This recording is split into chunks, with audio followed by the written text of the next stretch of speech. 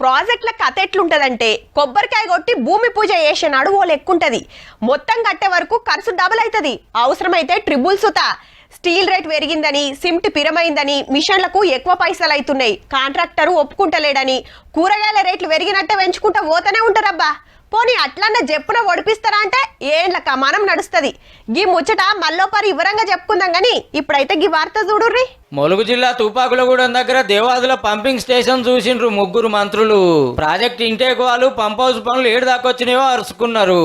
వరంగల్, కరీంనగర్, సూర్యాపేట, యాదాద్రి జిల్లాల్లో 5 లక్షల ఎకరాలకు నీళ్లు అందించే ప్రాజెక్టు. మరి కాంగ్రెస్ సర్కార్లో 6,000 కోట్లతోటి పనులు చాలు చేస్తే ఇప్పుడు 17,500 కోట్లకు పెరిగింది ఖర్చు. 12 రిజర్వాయర్లు, 11 పంప్ హౌజులు కట్టిండ్రు. 14 నుంచి 15,000 కోట్ల రూపాయలు పెండింగ్ బిల్సే ఉన్నాయి. గట్లు ఉన్నది పాత సర్కారోళ్ళ పంతనం. 2 ఏళ్లలో పనులను నడిపించి సోనియా గాంధీ మేడంతో ఓపెనింగ్ చేపిస్తారట. 10 ఏళ్లలో ప్రాజెక్టుల పేరు మీద మస్తు అవినీతి జరిగిందని గరమైండు మంత్రి ఉత్తమ్ సారు.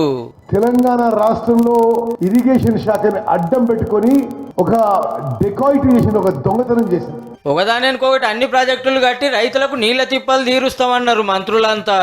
ఈ ముచ్చటి ఇట్లుంటే యాదాద్రి జిల్లాలో జరిగిన మీటింగ్ లో మంత్రి ఉత్తమ్ సార్ గురించి ఎమ్మెల్యే రాజగోపాల్ రెడ్డి సార్ గిట్లా అన్నాడు.